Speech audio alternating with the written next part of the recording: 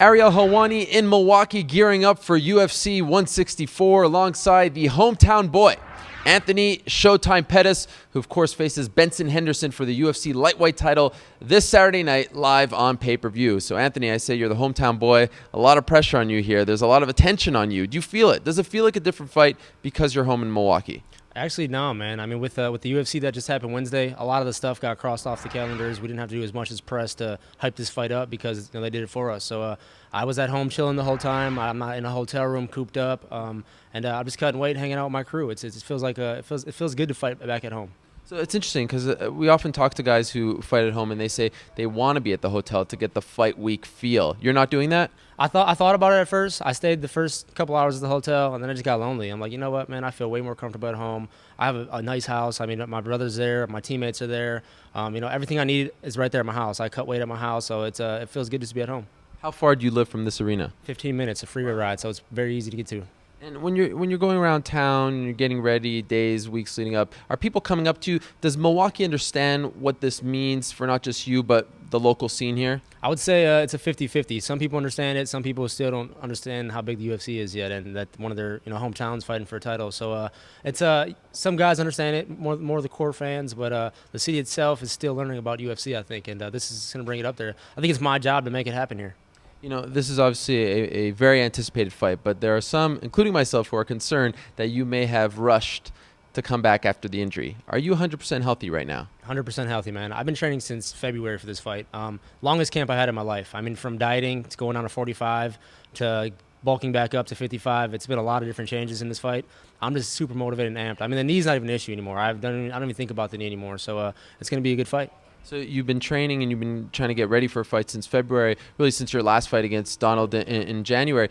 How do you not overpeak? How do you kind of stay the course? I overpeaked. That's why I think the injury happened. I was going hard. I mean, I was so motivated to get this title fight.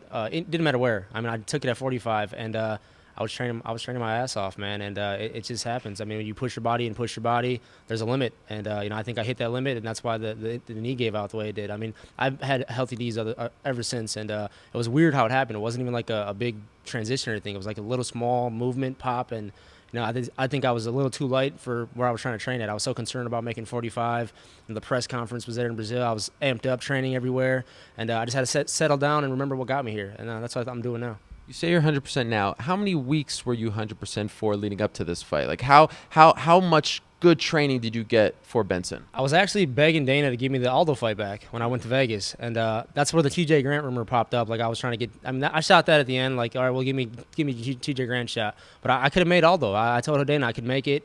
Their doctor said it was a 50-50 chance, and there was a 50% chance I could train and nothing happened, or a 50% chance I could train and it get worse. And I was willing to take the risk, man. I was like, give me that fight back, please.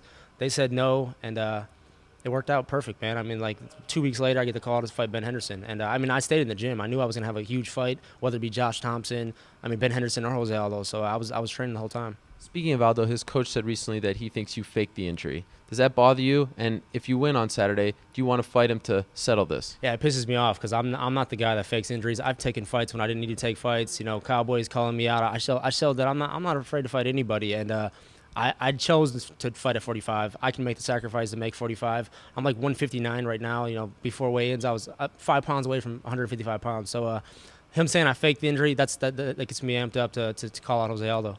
So you want to fight him after this fight? You know what? I'm not going to decide anything after this fight. I got so much riding on this fight that I got Ben Henderson in my view. But after this fight, I'll start calling some guys out.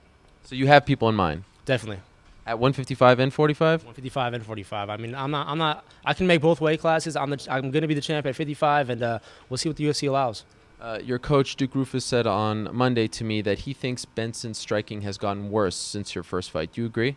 I think Ben's trying new things out there, and it's dangerous for him. If he switches orthodox with me and throws that sloppy jab the way he does, it's going to be dangerous for him. So I think he's going to fight more of a safe fight with me. I don't think he's going to take the risk that he's doing with Melendez's and Diaz's. I think he knows if he makes a mistake on the feet, I'm going to capitalize.